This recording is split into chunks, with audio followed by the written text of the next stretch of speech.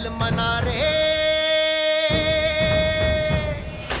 लाख बना ले। महल मना रे, लाख बना ले, दिल न बसा तो क्या। इश्क दा बंदिया पढ़ ले बल्ला, इश्क खुदा तेरा।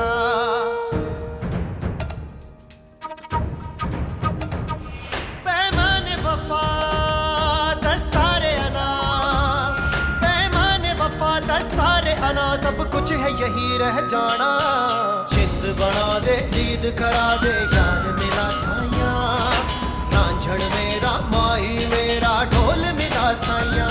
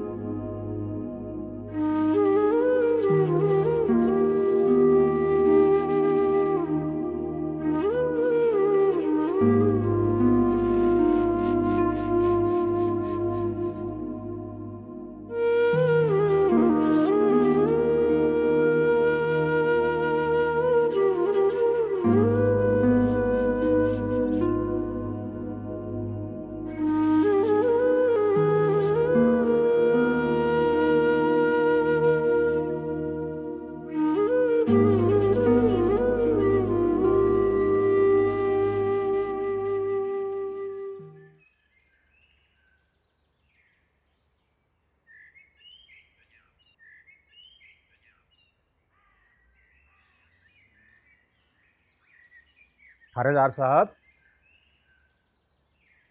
ओह अच्छा, आ गए आप लोग। आ गए। हम सुबह से इंतजार कर रहे हैं, ना आप थे और ना एएसपी साहब अभी तक तशरीफ लेके आए हैं। ओ चाचा, सुबह बैंक टाइमिंग में राउंड पे रहना पड़ता है। और वो लड़का आ गया है तुम्हारा? हाँ, अदील।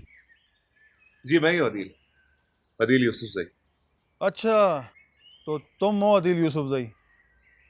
आप लोग यहाँ जरा बैठे, एएसपी साहब अभी आने वाले हैं। भाई बात सुने, और कितना इंतजार करना पड़ेगा। मैंने जाके दुकान खोलनी है और इसने भी काम पे जाना है। ओ चाचा, हम लोग भी कोई फारिग लोग नहीं हैं, 24 घंटे ड्यूटी करनी पड़ती है हमें। तभी दिन ब दिन जुर्म बढ़ते जा रहे हैं। ओ मतलब क्या है तुम्हारा? मैं समझा नहीं इस बात को। जी मेरा मतलब यह था कि दिन ब दिन जराइम इतने बढ़ते जा रहे हैं, तभी तो आप लोग 24 घंटे ड्यूटी पे रहते हैं।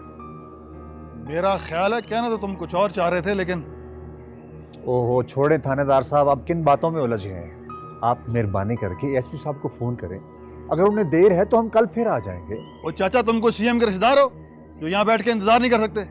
बैठो इधर, इंतजार करो उनका। एसपी साहब जैसे आते हैं मुलाकात कराता हूँ मैं तुम्हारी। बैठो इधर। चले हम बाहर।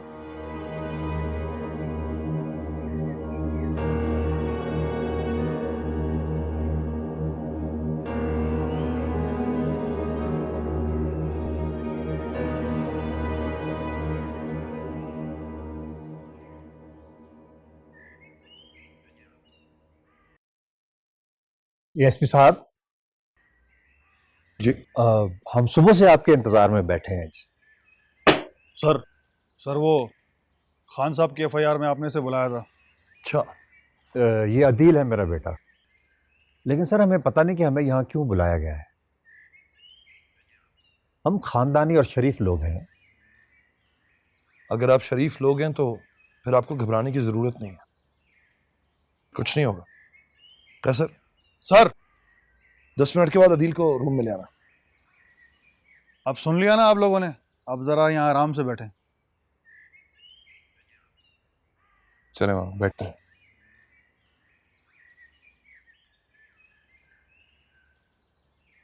लगता तो शरीफ आदमी है। जी सर 4 फैमिली मेंबर हैं। अदील के अलावा उसका बाप सलामत अली और माँ रेहाना है। एक बहन रिदा स्कूल में पढ़ाती है, उसको तलाक हो चुकी है। काम क्या करता है? सर है तो पढ़ा लिखा, मास्टर्स किया हुआ है, बेरोजगार लगता है। ऑफिस कहीं आता जाता नहीं, लेकिन मोहल्ले में इसके वालिद की बड़ी इज्जत है। मार्केट में परचून की दुकान भी है। खुद क्या करता है? किसी लड़की वड़की के साथ चक्कर तो नहीं है उसका? नहीं सर, मोहल्ले से तो कुछ ऐसा नहीं पता चला, लेकिन सुना है कुछ अर्सा पहले इसका झगड़ा हुआ था। इसे काफ़ी मारपीट पड़ी थी और इसे अगवा करके भी ले गए थे। जब छोड़ा था तो वापसी पे काफ़ी टाइम लगा था रिकवर होने में।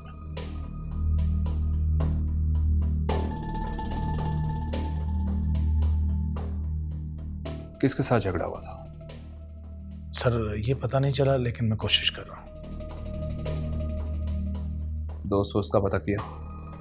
सर कुछ खास नहीं, एक ही करीबी दोस्त है उसका, दिलावर। उसी के साथ अक्सर देखा जाता है।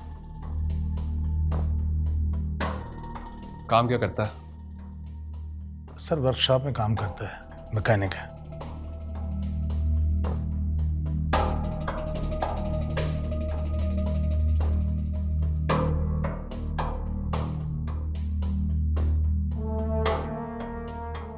तुमने कहा था कि हम अदील को भी उठा सकते हैं।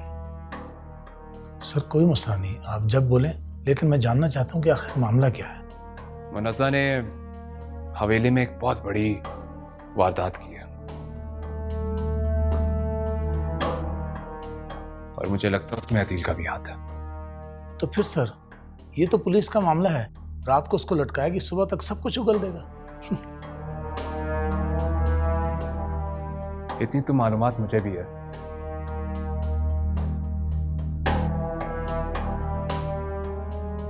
मगर मामला खानदान का है, बात बाहर नहीं जानी चाहिए। सर आप फिक्र न करें, जब कहेंगे उठा लेंगे। गुड, ठीक है। तुम प्लान बनाओ, वक्त मैं तुम्हें बताऊंगा, ठीक है? Right sir. और हाँ,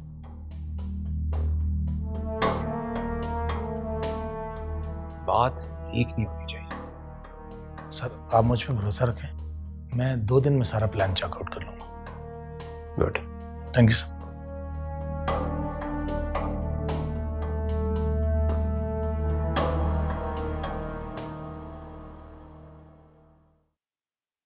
अच्छा, तो तुमने मास्टर्स किया हुआ है? जी हवेली के लोगों को जानते हो? सर, हवेली के लोगों को तो पूरा गांव जानता है। वो हाकिम थे हमारे, बल्कि अब भी हैं। मैं उस तरह जानने की बात नहीं कर रहा। मैं जानना चाहता हूं कि तुम किन किन लोगों से मिले हो? हवेली के लोगों से? सर वो हम जैसे लोगों से काम लें। हाँ, अलबत्ता गुल बाबा से आते जाते सलाम तो हो जाती है। तुम झूठ बोल रहे हो, है ना? सर तो आप बता दें सच क्या है। अदील, एक बात ध्यान में रखना, हमारे पास बहुत सारे तरीके होते हैं सच उगलवाने के।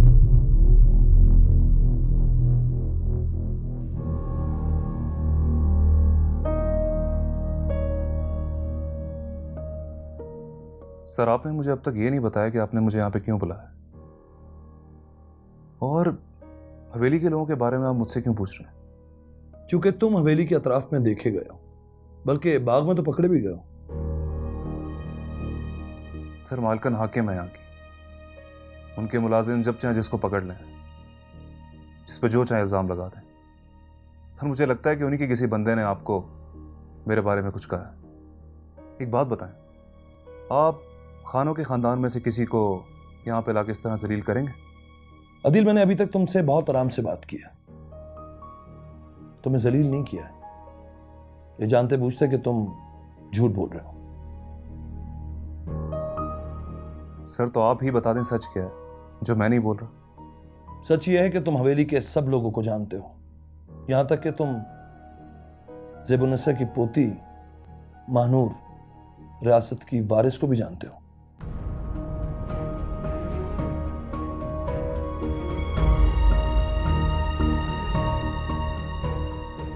बड़ी गर्मी है तुम्हारे अंदर चाचा, लेकिन ये गर्मी कभी कभी नुकसान भी देती है।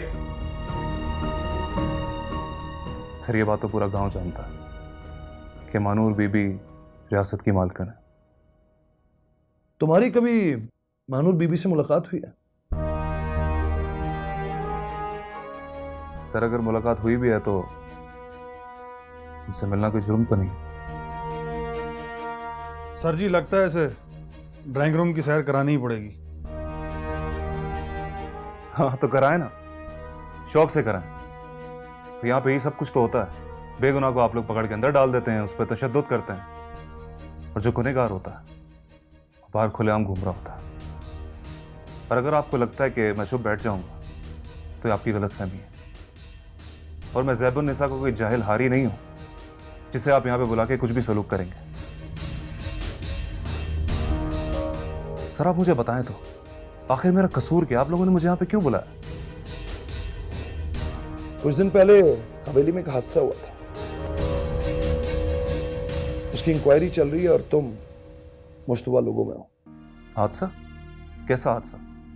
अगर तुम्हारा इसमें हाथ हुआ तो जरूर बताएंगे। 2-4 दिन में सब कुछ वाज़ेह हो जाएगा। तो सर क्या तब तक मुझे आप लोग हवालात में रखेंगे? नहीं, तुम अभी जा सकते हो, लेकिन बगैर बताए शहर छोड़कर मत जाना। शुक्रिया सर। और मुझे उम्मीद है कि आप मेरा नाम बहुत जल्द उन मुश्तबा लोगों की फहरिस्त से निकाल देंगे। मैं जा सकता हूँ?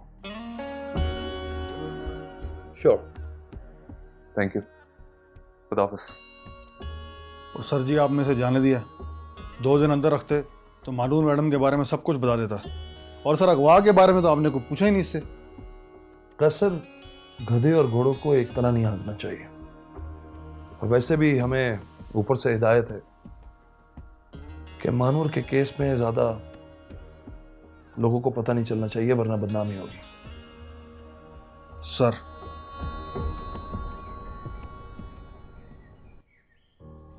क्या हुआ बेटा, खैरियत तो थी? जी जी बाबा, सब ठीक है। उनको कोई गलतफहमी हो गई थी, इसलिए बुलाया था।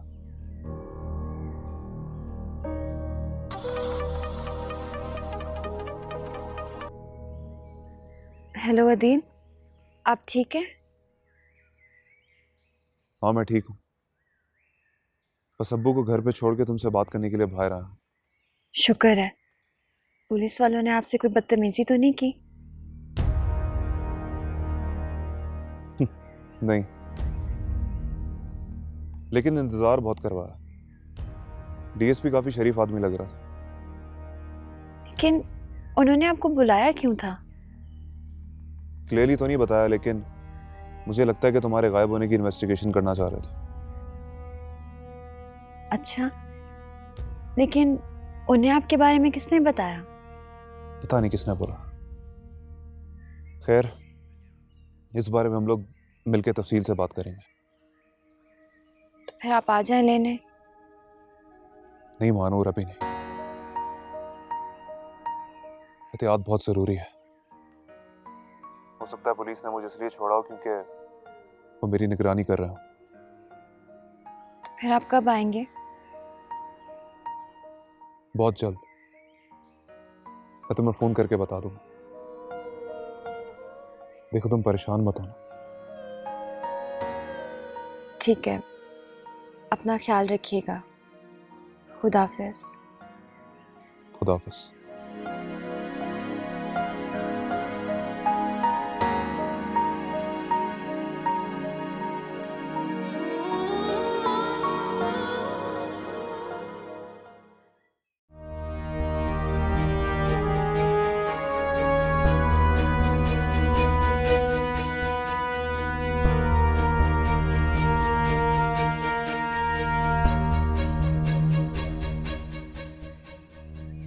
रहीम गोल। सुल्तान,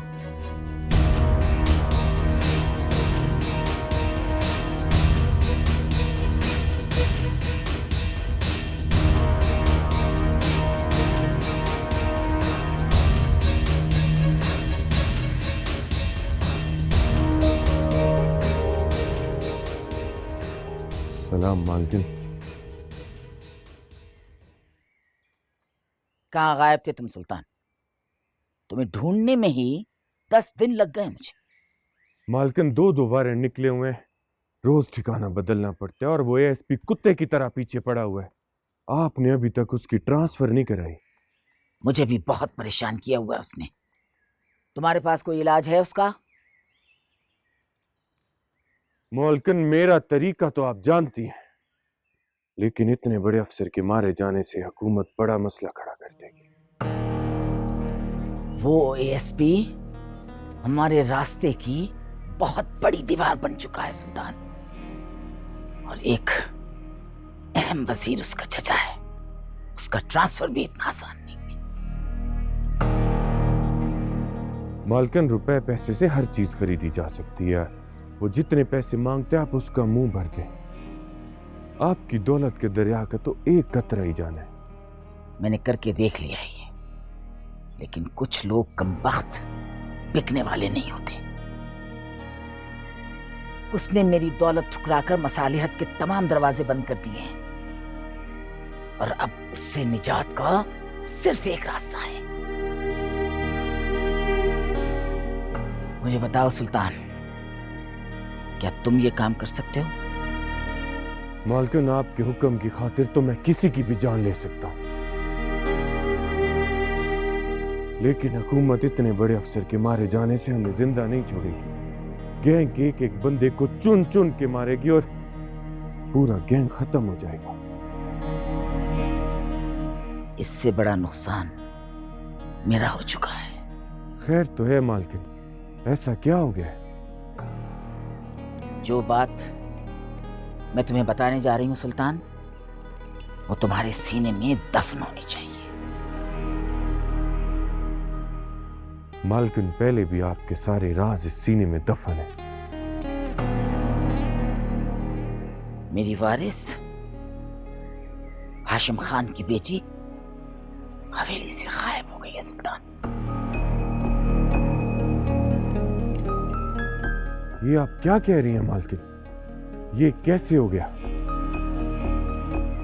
इसीलिए मैंने तुम्हें मानूर की मां के घर भेजा था,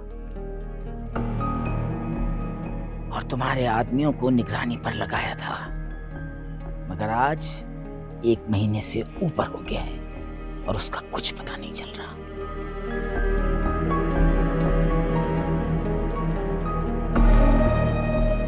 तुम्हें मालूम है कि बदनामी के खौफ से मुझे सब कुछ बहुत खामोशी से करना पड़ा।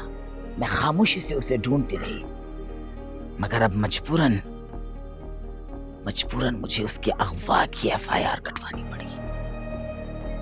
मगर वो कमबख्त, वो बदजात ASP हमेशा की तरह रिफत का साथ दे रहा है। मालकिन, अगर आप हुक्म करें तो रिफत बीबी को दोबारा उठवा लेते हैं, सब पता चल जाएगा। नहीं सुल्तान, जब तक ये ASP है हमारे हाथ बंधे हुए। लेकिन अब मैं मजीद ये बेबसी बर्दाश्त नहीं कर सकती। मानूर की तलाश में मैं हर तरीका, हर रास्ता इख्तियार करना चाहती हूँ सुल्तान, मगर इससे पहले ASP का मंजर से हटना जरूरी है। अब ये काम तुम्हें करना है, लेकिन कब करना है ये मैं तुम्हें बताऊंगी। हुक्म मालकिन।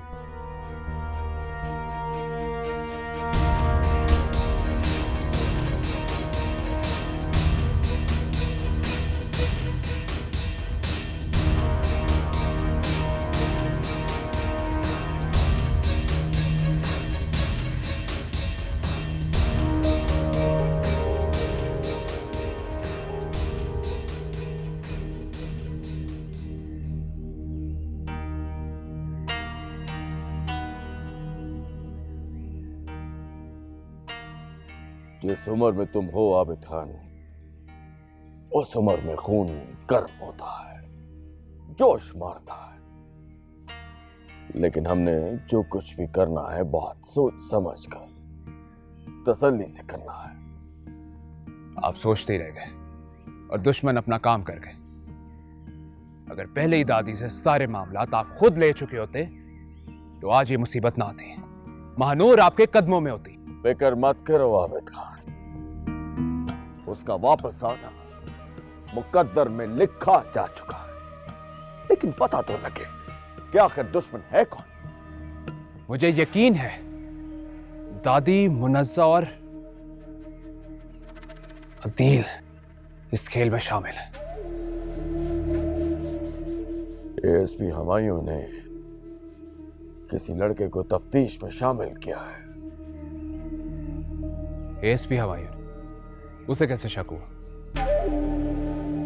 ज्यादा तफसील का तो मुझे मालूम नहीं है। कैसर को बुलाया है मैंने, अभी तुम्हारे सामने ही बात हो जाएगी।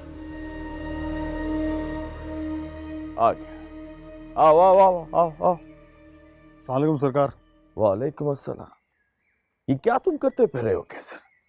मैंने तुमसे कहा था कि मुझे सबसे पहले तुमने खबर देनी है, लेकिन खबरें मुझे बाहर से मिल रही हैं। एएसपी हुमायूं ने किस लड़के को तफ्तीश में शामिल किया है? सरकार मैं तो बस आपके पास आने ही वाला था,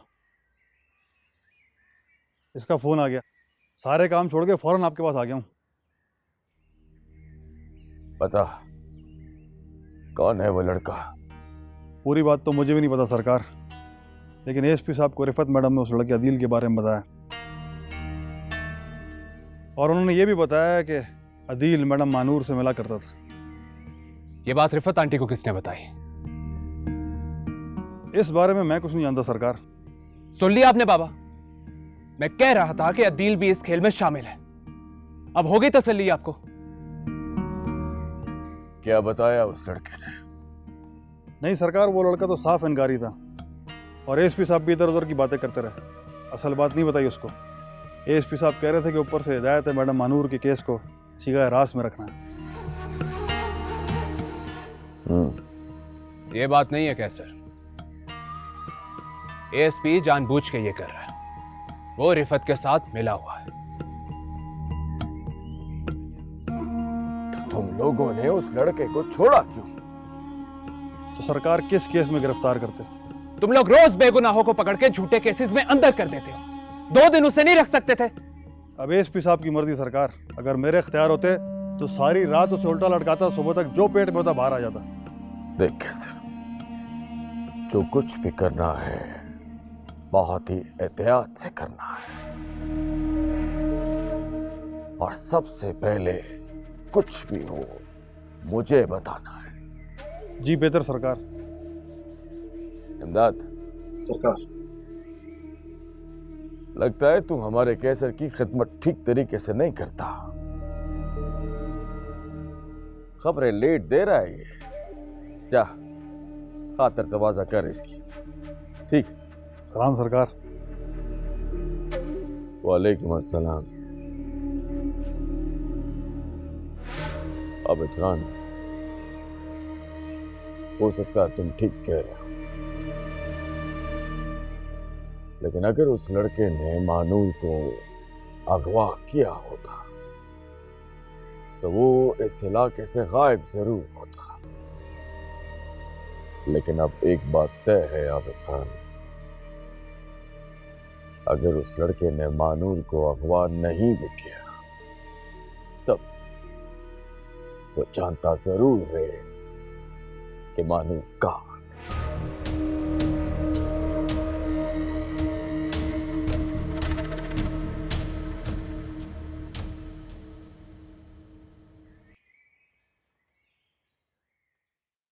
मैं तुम्हारी मर्जी के खिलाफ एक कदम भी नहीं उठाऊंगा नूर। बस प्रॉब्लम यह है कि पुलिस को मुझ पर शक हो गया। उनको बस एक सबूत की जरूरत है, और उसके बाद वो मुझे इतनी आसानी से छोड़ेंगे नहीं। दिल में अपनी मर्जी से आई थी आपके साथ, फिर पुलिस आपको क्यों पकड़ेगी? इतना कानून तो मैं भी जानती हूँ। यहाँ की पुलिस कानून पे अमल करती कहाँ है? और वैसे भी यहाँ पे हमारे मुल्क का नहीं, आपकी अम्मा जानी का कानून चलता है। वो आपकी एक बात नहीं सुनेंगे। हाँ, लेकिन मेरे वकील ने मुझे एक तरीका बताया। वो क्या? अगर आप अपनी अम्मा जानी के खिलाफ कोर्ट में एक दरख्वास्त दे दें और उनसे कहें कि वो आपकी शादी आपके कज़न से ज़बरदस्ती कराना चाह रही थी और इसी वजह से आपने हवेली छोड़ी है, तो फिर पुलिस हमारा कुछ नहीं बिगाड़ सकती। अदील, मेरी अम्मा जानी है, मैं ऐसा कैसे कर सकती हूँ उनके खिलाफ? फिर तो दूसरा रास्ता वही है जो अब्बा ने बताया। अगर आपकी मर्जी है तो हम निकाह कर सकते हैं।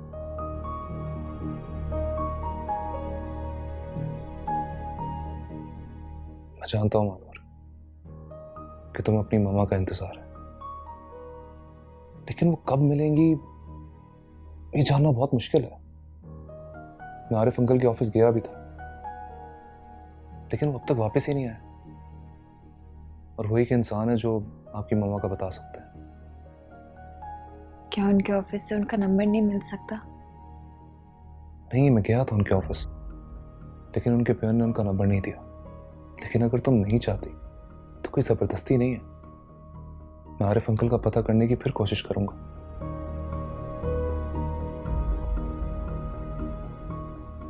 आप एक बार और कोशिश करके देख लें,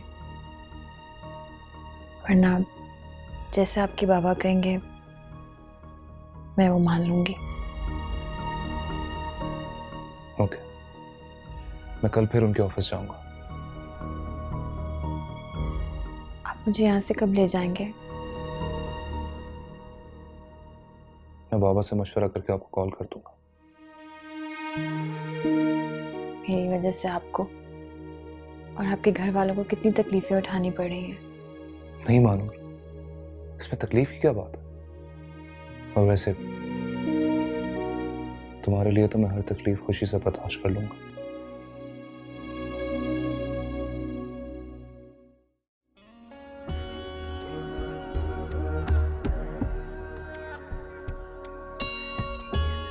तुम कमरे में कब गई थी मानो बीबी के? जिस टाइम रोज उन्हें उठाने जाती थी 7 बजे के करीब। तुम्हें ये अंदाजा कब हुआ कि मानूर बीबी नहीं है? वो तो बाद में पता चला जी, जब गुल बाबा ने हवेली में उन्हें ढूंढा। अच्छा ठीक है, तुम जाओ। गुल बाबा, तुम्हें ये अंदाजा कैसे हुआ कि मानूर बीबी गायब है? हो सकता था कि वो किसी काम से सुबह कहीं गई। छोटी मालकन कभी अकेली नहीं जाती थी। जब भी बाहर जाती थी उसके साथ 2-4 गार्ड्स होते थे, ड्राइवर के अलावा। मानूर बीबी की हिफाजत की जिम्मेदारी तो तुम्हारी थी ना? वो तुम्हारे साथ आती थी जाती थी, तो यकीनन तुम्हें ये पता होगा कि उसके दोस्त कौन थे। छोटी मालकन का हवेली से बाहर कोई दोस्त नहीं था सिवाय मुनज़्ज़ा बीबी के। मुनज़्ज़ा? ये मुनज़्ज़ा कौन है? मालिकन की रिश्तेदार है और सिर्फ वही छोटी मालिकन की दोस्त है। कहाँ रहती? हॉस्टल में रहती है, अभी पता नहीं किधर है। तुम्हारे कहने का मकसद है कि मानूर बीबी के साथ मुनज़्ज़ा बीबी भी गायब है? नहीं, जिस दिन छोटी मालिकन गायब हुई है उस दिन वो हवेली में थी। अब मुनज़्ज़ा बीबी का कोई अता पता है? नहीं साहब, हॉस्टल से पता किया था लेकिन उनको भी कुछ नहीं पता।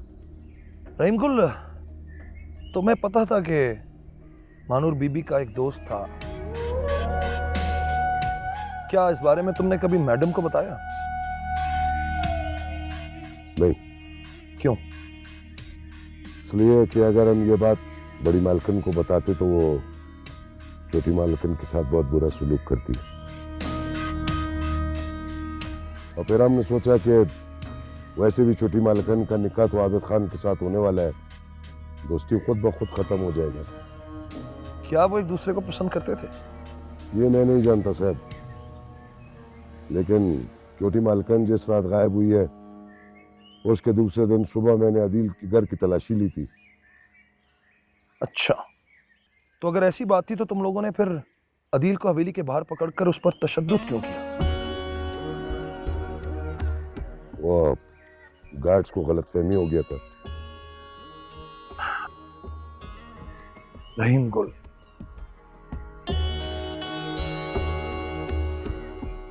मुझे लगता है कि तुम्हें बहुत कुछ पता है और तुम छुपा रहे हो, और तुम बहुत बड़ी गलती कर रहे हो। मेरा मशवरा यह है कि तुम्हें जो पता है वो साफ साफ बता दो। शायद जितना मेरे को मालूम था मैंने आपको बता दिया। ठीक है, हम खुद मालूम कर लेंगे और तुम्हें भी बता देंगे। बस हमारी ख्वाहिश थी कि तुम्हारी मालकन हमें मुलाकात का शर्फ देती हैं, लेकिन लगता है वो हम पर भरोसा नहीं करती। एनीवे, मुलाकात रहेगी। आओ।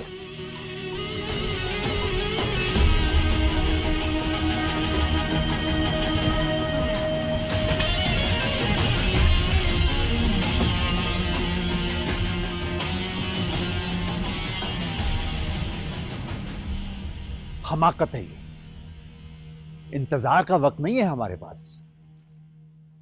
पर 1-2 दिन की तो बात है। मुझे जैसे ही आरिफ अंकल या उनका फोन नंबर मिल गया, मैं मानूर की ममा से कांटेक्ट कर लूंगा। और अगर उससे पहले पुलिस को या ज़ेबुन्निसा को पता चल गया कि मानूर यहां है हमारे पास, तो मानूर का तो कुछ नहीं बिगड़ेगा, हम एक बार फिर बर्बाद हो जाएंगे। हाय हाय, क्या हो गया तुम्हें? जो मुंह में आता है वो कह देते हो। तो क्या करूं, तमाशा देखता रहूं तुम्हारी तरह? अगर खुशकिस्मती से अब तक कुछ नहीं हुआ तो जरूरी नहीं कि किस्मत हर बार इनका साथ दे। भाई 1 दिन की तो बात है। मैं कल ही आरिफ अंकल के ऑफिस जाके उनका पता करता हूं। कम से कम मानूर तो मुतमईन हो जाएगी।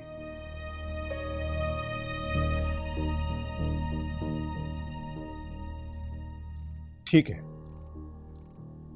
इस मामले को जल्दी क्लियर करो, लेकिन अब के बाद मैं तुम्हारी कोई बात नहीं सुनूंगा।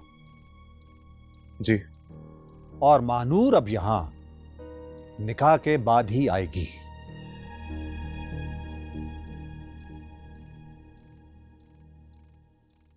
वैसे अदील, तेरे अब्बा ठीक कह रहे हैं। वो तो ज़ेबुन्निसा से बदला लेने के चक्कर में वो ये सब कुछ बर्दाश्त कर रहा है। कोई और लड़की होती ना तो वो घर में घुसने भी नहीं देते। जानता हूं, तभी तो मैं मानूर को इधर लाया था। मुझे पता था कि अब्बा ज़ेबुन्निसा से बदला लेने के चक्कर में चुप हो जाएंगे। अच्छा, तो ये बात है। तो तू अपने अब्बा की कमजोरी का फायदा उठा रहा है। आखिर बेटा हूं आपका, आप भी तो अब्बा की कमजोरियों का फायदा उठाती हैं। अच्छा, बस कर, बड़ा आया। चल सो जा, वरना देर तक पड़ा सोया रहता है। सो रहा हूं। हाँ चल सो जा, शाबाश।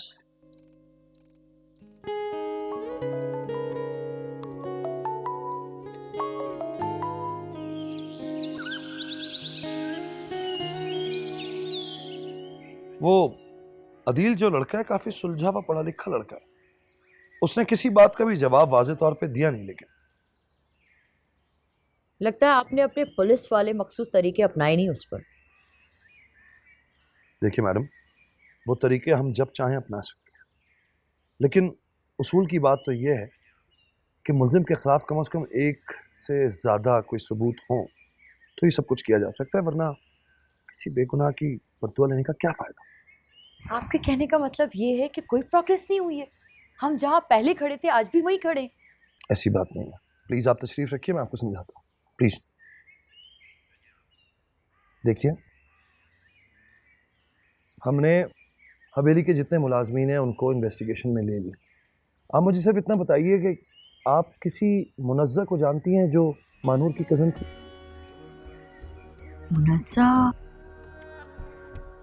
नहीं, मैं तो किसी मुनज़्ज़ा को नहीं जानती। और सच बताऊं तो महानूर के ददियाल वालों से ऐसी कोई मुलाकात है नहीं मेरी। अच्छा, हमें पता चला है कि जिस रात को मानूर गायब हुई है हवेली से, उस रात को मुनज़्ज़ा वहीं थी। तो आप मुनज़्ज़ा से पूछताछ करें ना। अब वो हवेली में है नहीं। रहीम गुल के मुताबिक जिस दिन मानूर गायब हुई है उसके चंद रोज के बाद मुनज़्ज़ा वहां से चली गई। तो उसका कोई घर तो होगा, उसके माँ बाप? उसके माँ बाप को कोई नहीं जानता और वो हॉस्टल में रहती थी। अच्छा, तो बीजान से पता कीजिए ना, वो तो मुनज़्ज़ा के बारे में जानती होंगी। आपको जानकर ताज्जुब होगा कि मेरे साथ इस केस में कोऑपरेट करना तो क्या, उन्होंने मिलना भी पसंद नहीं किया। ओके, देखिए, आप किसी भी तरह मुनज़्ज़ा को तलाश कीजिए। मुझे पूरा यकीन है वो मानूर के बारे में सब कुछ जानती होगी। मैंने अपने एक इंस्पेक्टर की ड्यूटी लगाई है और उससे ये भी कहा है कि हॉस्टल के इंचार्ज से उन तमाम लड़कियों की लिस्ट निकलवाए जो मुनज़्ज़ा से क्लोज थी।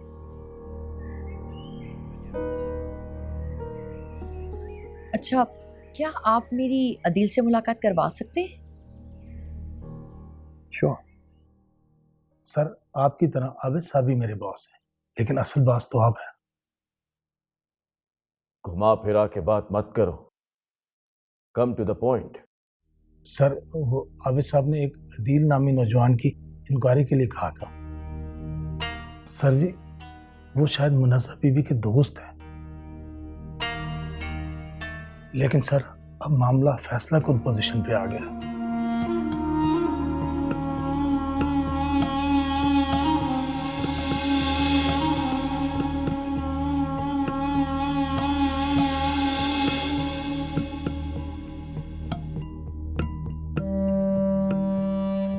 सर, इसलिए मैंने सोचा कि आपको बता दूं।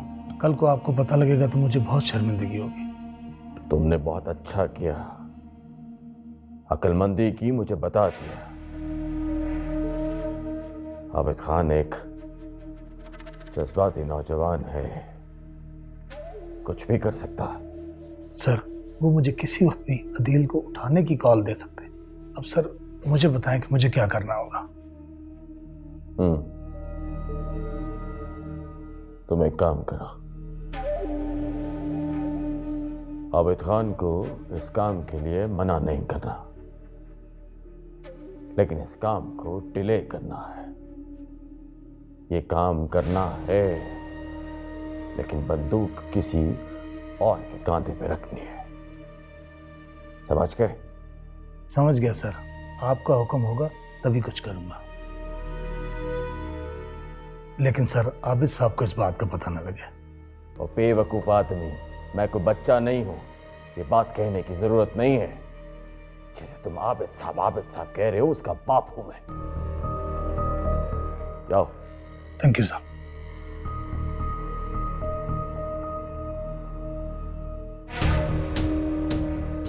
आबिद खान, तेरा गुस्सा मेरे लिए कोई मसला ना खड़ा कर दे। ये अदील भाई का फोन है, बात करो। जी। हेलो अदील। कैसी हो नूर? मैं ठीक हूँ, आप कहाँ हैं? मैं भी आरिफ अंकल के ऑफिस से आ रहा हूँ। अंकल है? नहीं, बल्कि आई थिंक कुछ और दिन लग जाएंगे। उनके पियोन ने बताया कि उनकी वालदा का इंतकाल हो गया।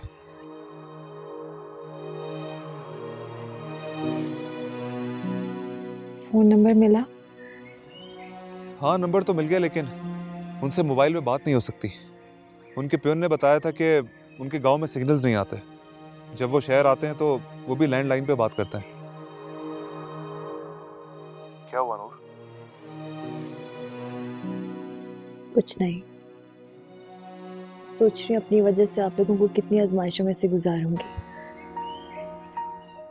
आप अंकल से कह दें कि मैं निकाह के लिए तैयार हूँ। कुदरत को शायद यही मंजूर है कि मेरी जिंदगी की सबसे बड़ी खुशी में मेरी मामा शरीक ना हो।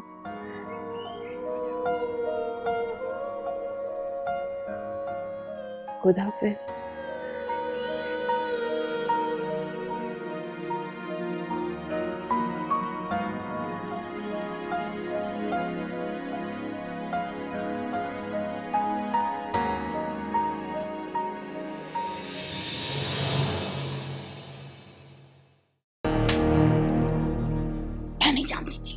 मैं नहीं जानती थी कि मैंने अपनी आस्तीन में सांप पाला हुआ है।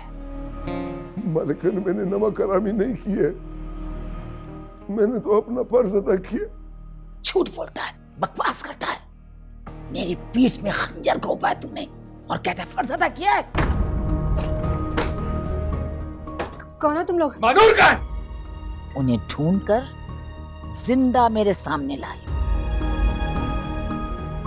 मैं खुद अपने हाथ से उनको मौत दूंगी।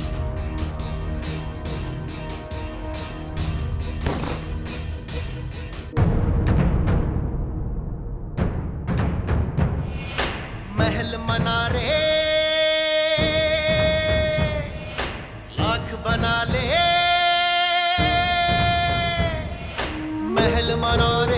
आशिक बना ले दिल न बसा तो क्या, इश्क दा बंदिया पढ़ ले बल्ला इश्क खुदा तेरा।